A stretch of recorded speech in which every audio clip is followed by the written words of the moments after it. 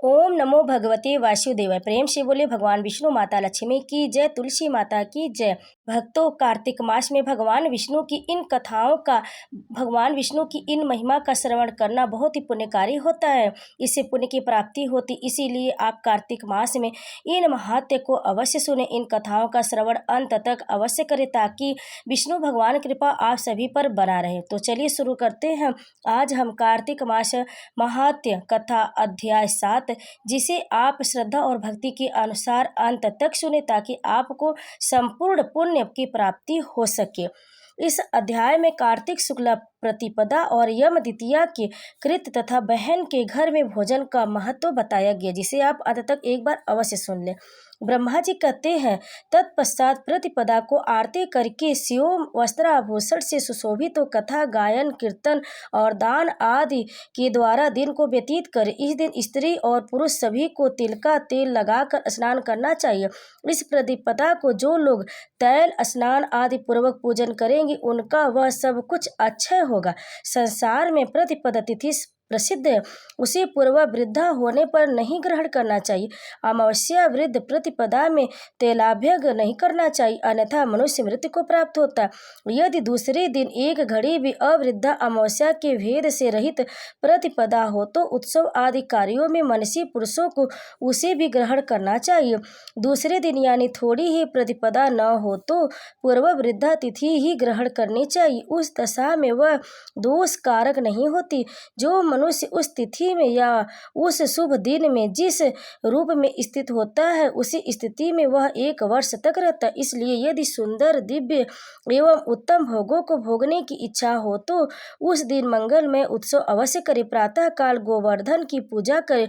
उस समय गौओं को भी शोभित करना चाहिए और उनसे बोझ ढोने या दोहने का काम नहीं लेना चाहिए। गोवर्धन पूजन के समय आप इस प्रकार से प्रार्थना करें, पृथ्वी को धारण करने वाले गोवर्धन, आप गोकुल की रक्षा करने वाले हैं। भगवान विष्णु ने अपनी भुजाओं से आपको ऊंचे उठाया था। आप मुझे कोटि गोदान देने वाले हैं। लोकपालों की जो लक्ष्मी यहाँ धेनु रूप से विराज रही हैं और यज्ञ के लिए घृत का भार वहन करती है, वह मेरे पापों को दूर करे। गायें मेरे आगे हो, गाय मेरे पीछे हो, गाय मेरे हृदय में हो और मैं सदा गौओं के मध्य में निवास करूं। इस प्रकार गोवर्धन पूजा करके उत्तम भाव से देवताओं, सत्पुरुषों तथा साधारण मनुष्यों को संतुष्ट करें। अन्य लोगों को अन्न पान देकर और विद्वानों को संकल्प पूर्वक वस्त्र तांबूल आदि के द्वारा प्रसन्न करें। कार्तिक शुक्ल पक्ष की यह प्रतिपदा तिथि वैष्णवी कही गई है। जो लोग सब प्रकार से सब मनुष्यों को आनंद देने वाले दीपोत्सव तथा शुभ के हेतुभूत बलि राज का पूजन करते हैं, वे दान उपभोग सुख और बुद्धि से संपन्न कुलों का हर्ष प्राप्त करते और उनका संपूर्ण वर्ष आनंद से व्यतीत होता है। प्रतिपदा और अमावस्या के योग में गौओं की क्रीड़ा उत्तम मानी गई है। उस दिन गौओं को भोजन आदि से भली भांति पूजित करके अलंकारों से विशोभित करे और गाने बजाने आदि के साथ सबको नगर से बाहर ले जाए, वहां ले जाकर सबकी आरती उतारे। ऐसा करने से मनुष्य सब पापों से मुक्त हो जाता है। अब तो मृत्युनाशक यम द्वितीया व्रत का वर्णन सुनो। द्वितीया तिथि को ब्रह्म मुहूर्त में उठकर मन ही मन अपने हित की बातों का चिंतन करे, तदंतर शौच आदि से निवृत्त हो दंत धावन पूर्वक प्रातः काल स्नान करे। फिर श्वेत वस्त्र, श्वेत पुष्पों की माला और श्वेत चंदन धारण करे।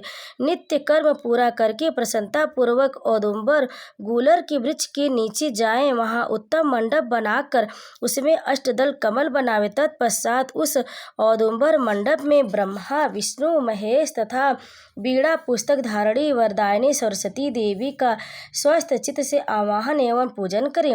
चंदन, अंगरू, कस्तूरी, कुमकुम, पुष्प, धूप, नैवेद्य एवं नारियल आदि के द्वारा पूजन करके अपमृत्यु निवारण के लिए वेद वेत्ता ब्राह्मणों को अलंकार सहित दूध देने वाली वत्सा गाय दान करे। उस समय ब्राह्मण से इस प्रकार कहें, हे विप्र, मैं अपमृत्यु का निवारण करने के लिए संसार समुद्र से तारने वाली यह सीधी साधी गाय आपको दे रहा हूँ। यदि गाय न मिल सके तो ब्राह्मण को भक्ति पूर्वक 1 जोड़ा जूता ही अर्पण करें।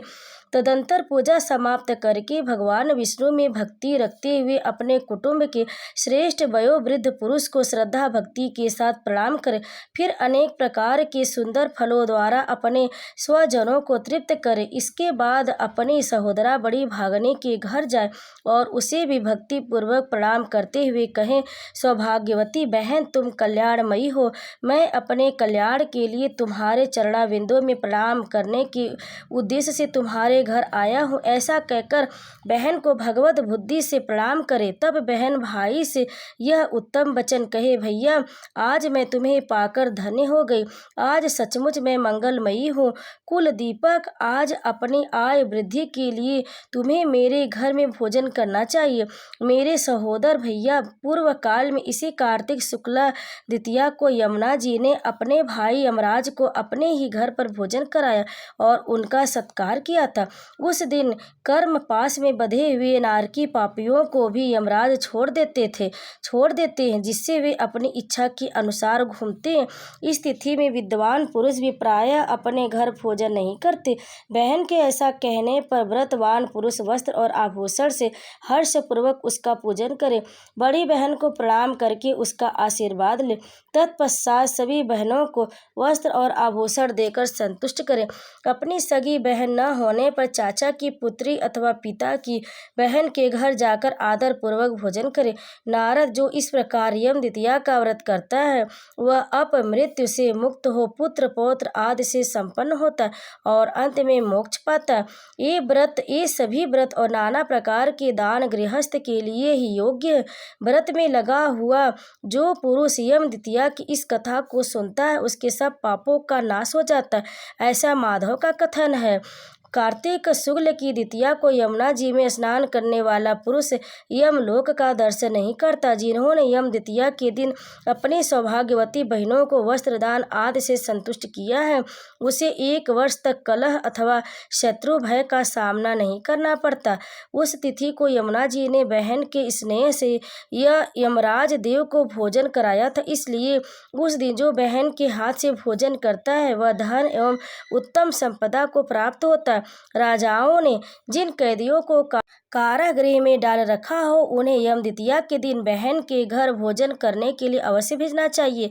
वह भी न हो तो मौसी अथवा मामा की पुत्री को बहन माने अथवा गोत्र या कुटुंब के संबंध से किसी के साथ बहन का नाता जोड़ ले।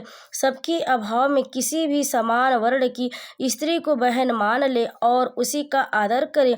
वह भी न मिल सके तो किसी गाय या नदी आदि को भी बहन बना ले।